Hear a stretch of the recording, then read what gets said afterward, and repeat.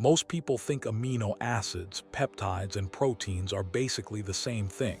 They're not. In fact, confusing these three terms leads to misunderstandings in biology, nutrition, supplements, and even modern medicine, because these molecules operate at completely different levels of complexity. Some act as building blocks, some act as signals, and some function as molecular machines that keep your body alive.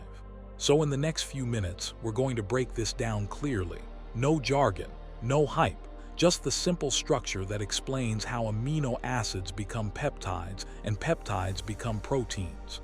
Once you see it this way, the whole system suddenly makes sense. Amino acids, the fundamental units of life. Everything starts with amino acids. Amino acids are small organic molecules that serve as the fundamental building blocks of proteins and peptides.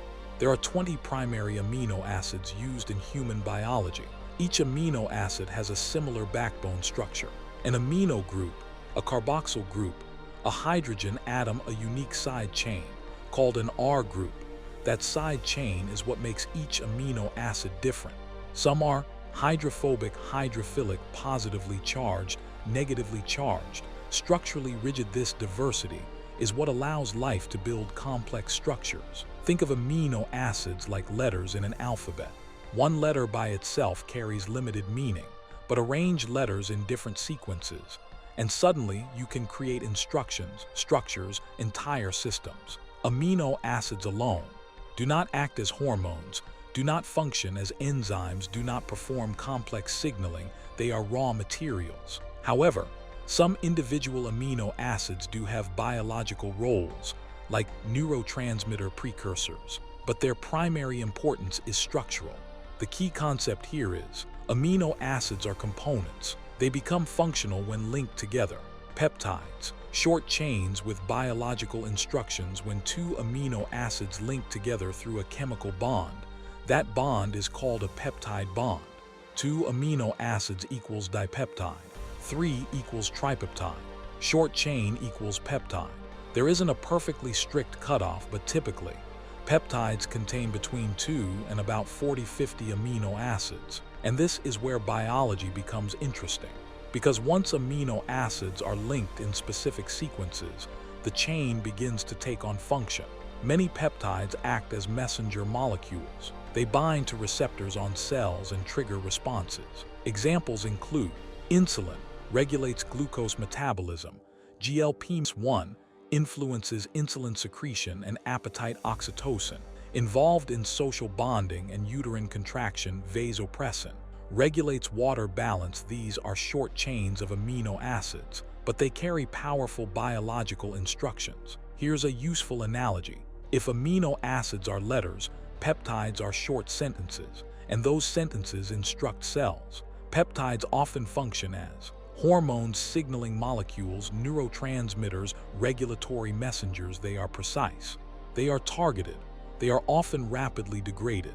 And that last point matters. Peptides are fragile. Your stomach contains acid and enzymes specifically designed to break down protein chains. So when people ask, why can't most peptides be taken orally? It's because your digestive system sees them as food, not medicine. That's why many therapeutic peptides require injection or specialized delivery systems.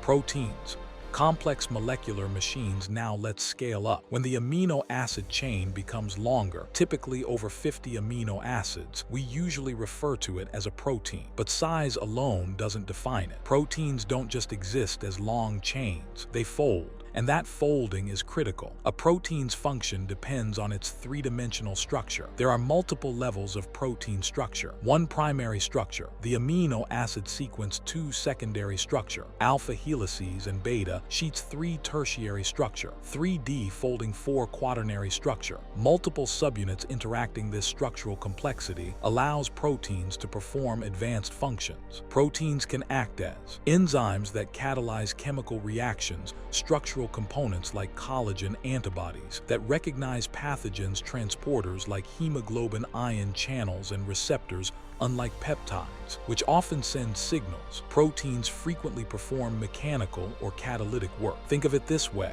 amino acids equals letters, peptides equals short instructions, proteins equals complex machines. Proteins are not just bigger peptides. They are structurally and functionally more intricate. Where the line gets blurry. Now here's something important. The distinction between peptide and protein isn't perfectly defined. Some researchers say peptides are under 50 amino acids, others use 40. Some use molecular weight thresholds. In pharmaceutical regulation, classification may depend on chain length, method of synthesis, manufacturing pathway. Biology itself doesn't recognize our labels. The naming exists for clarity in research and regulation, but the key concept remains. Shorter chains often signal, longer chains often perform complex tasks. Why this difference matters in medicine? Understanding this isn't academic, it's practical. Peptides and proteins behave differently in development. Peptides, often chemically synthesized, more stable during production, easier to modify, shorter half-lives, highly receptor-specific. Proteins, often produced in living cells,